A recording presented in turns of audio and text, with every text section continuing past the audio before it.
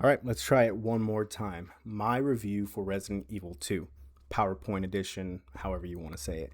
I've been trying to stream a few times, but every time I go to stream, there's always some technical issue. I'm tired and I'm just deadpanned the entire time.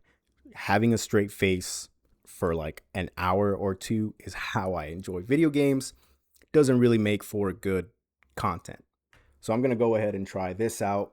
It's a review. It's going to have 10 categories and it's going to have a total of those categories at the end.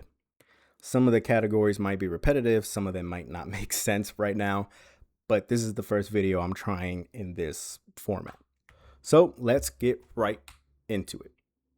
First and foremost, I want to say that this is a Leon Kennedy run only, mainly because Requiem is out and I really want to play it, but I haven't played the Resident Evil 4 remake.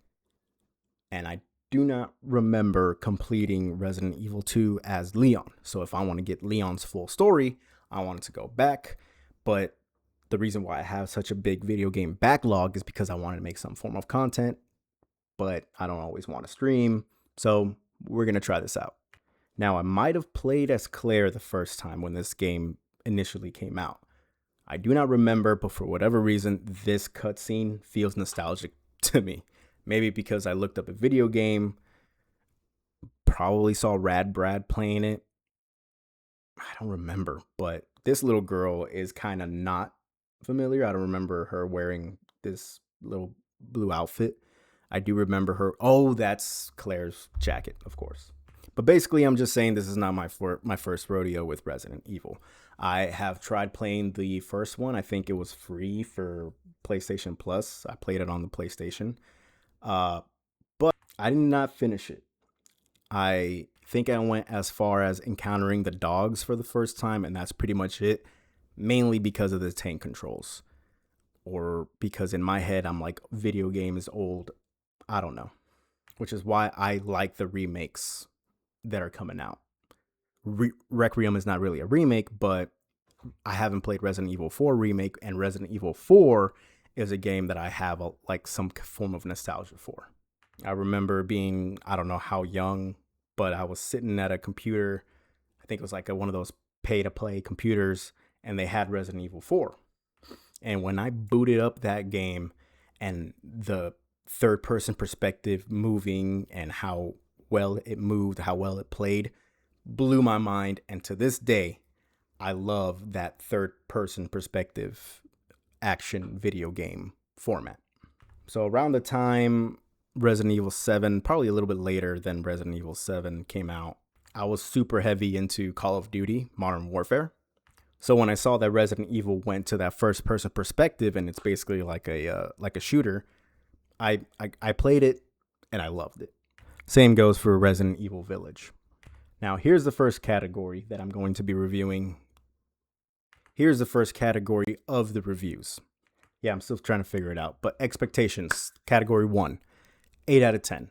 I feel like it met my expectations, and that's a good thing to where I feel like I can give it an 8, and 8 is a really good rating, but it didn't exceed or blow my expectations away. I expected this to be a horror game, bit of a problem-solving game. I did not expect it to be so much walking, which is probably why I didn't give it a 9 out of 10, and I might have given it a 7 out of 10 had it not been more like, okay, well, yeah, this is what I expected. Now, the gameplay. I feel like I can bump it up a point, but it's already in the PowerPoint. It's going to stay that way, and it's super bright right now. Whoa. Also, the videos or GIFs aren't working. That this was meant to show that the gameplay is a lot of walking and shooting. But the sticking to the gameplay, the reason why I have separate categories. So if we're sticking strictly to the gameplay, 7 out of 10 feels right. There's not a lot of action, but the time where there is action, there's tension, and I like that you actually miss. Like in Resident Evil 7, Resident Evil Village, where you're aiming and you think you're trying to wait for him to pass your crosshairs, because I think I turned off aim assist with this. My settings were no aim assist, and I think I zoomed out a little bit when it came to the third person perspective. But the fact that you miss is a form of realism in the game that I thought was cool, which is why I gave it a 7 out of 10 instead of a 6 or a 5. Some of the zombies are bullet sponges, and there's a little too much walking for my liking, but that's more into the next category. As far as raw gameplay, 7 out of 10. Now, the game mechanics, what you have to do or what you can do in the game, 5 out of 10. Mainly the puzzles, right?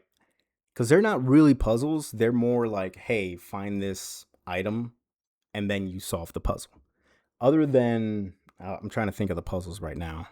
Only one that comes to mind is the chess one, where you have to get the electrical plugs that are chess pieces and plug them into the wall. That one was more of a brain teaser than just finding a piece of paper with the code on it. You're not really solving anything. You're just finding something. And with that being said, the map. Oh, the map. I looked at the map way more often, like more than me actually looking, like controlling Leon. Like right here, if I wanted to go into this room, maybe I have to go out through here, out here, go up the stairs. It's something like that, right? Where it's a lot of traversal and it gets a little tedious. Another thing that's a little bit tedious is the inventory space management. For whatever reason, I felt like it was better, or I had to think more in like Resident Evil 7 and Village. Here, I just had to go to the storage safe and dump all my useless stuff in there and then continue to get the next thing. Like I would clear the red section, make it blue, and it wouldn't be much of a problem. So I guess the inventory management was a little not too noticeable, or nothing that really stand out to me. Like whenever you would increase your storage with the pouches, it would come in at a time where it wouldn't really affect how I would play. Like I would just still be collecting stuff. But yeah, game mechanics, 5 out of 10. Visual design, perfect for what it is, which is another category I'll get to in a second. Perfect. It is a remake and it looks awesome. No notes. Narrative, 7 out of 10. Yes, I only played as Kennedy, but you could easily find the whole narrative, the story online. And I don't know how much or how loyal it is to the original, what they cut, what they changed. But as far as a straight up narrative, with even including this ending that I looked up, 7 out of 10. It's not a terrible story. You know, some of the lines and delivery were okay. Like they weren't, it has that Resident Evil charm.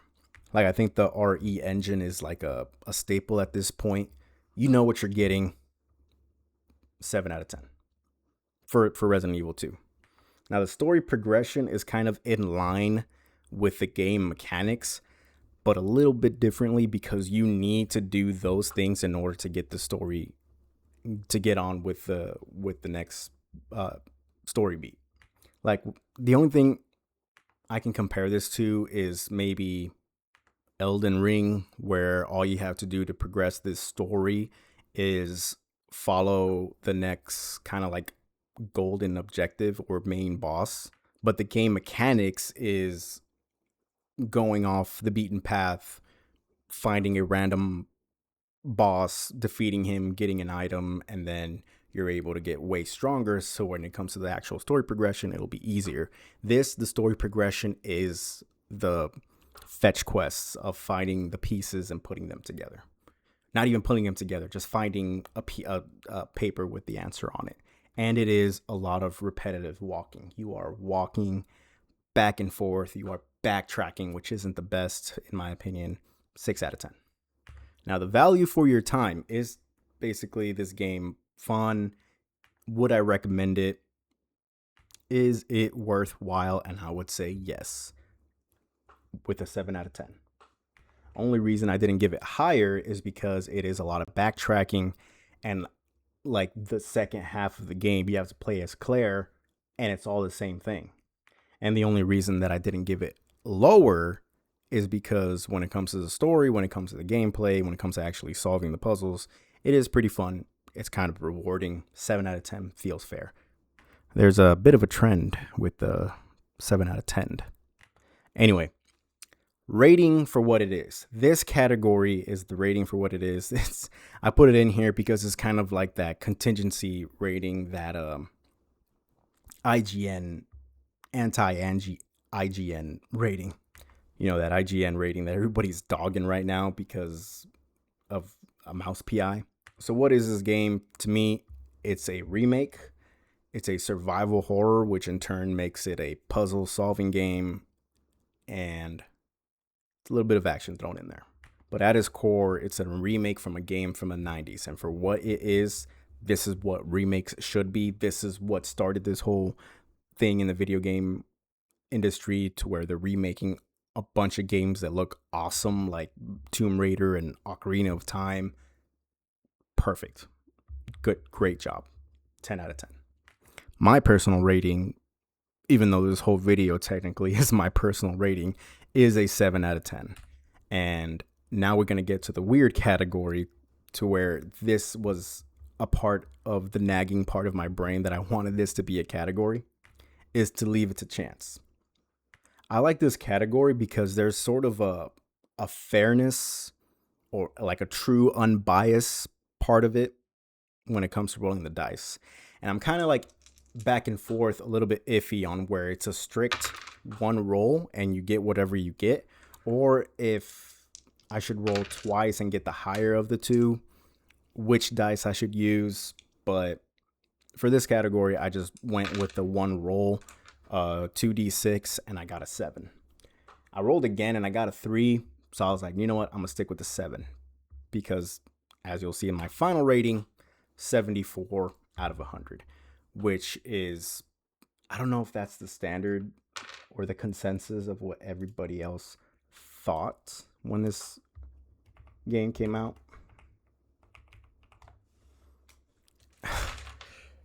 On Metacritic, it holds a 91 out of 100. And I think when reviews first come out, they're pretty standard, like around 90, 80, all that good stuff. But for me, a 74 feels fair from what I gave it. Maybe I could have given it a few more points, given it an 80. But considering I actually tried to be even across the board with 10 different categories and I came out with a 74, kind of says a lot to what people give, how, I don't know if lenient is the word. I want to say nice, how nice people are with their reviews. I'm not trying to be different. I'm not trying to be a super critic. I don't know anything about video games, how to make them, what goes into making them fun. But for me, a 74 is passing. That is me. Like me in high school, if I got a 74, I was stoked. Probably shouldn't follow my line of thinking here, but it's passing. C's get degrees type of thing. Anyway, when I tallied up the score and I saw a 74, I thought it was fair. So that's what it is. So for this review, I don't know if I should call it something. D10 review, the dice review, PPTD review, PowerPoint review, 74 out of 100 is what it is. I'm not going to change it. I stood by all the categories and I literally tallied up the numbers last. I'm satisfied with the numbers. I think that's fair. I think that's good. So yeah, if you enjoyed the video, leave a comment, leave a like, all that good stuff. Hope you have a good one, and I'll see you in the next one.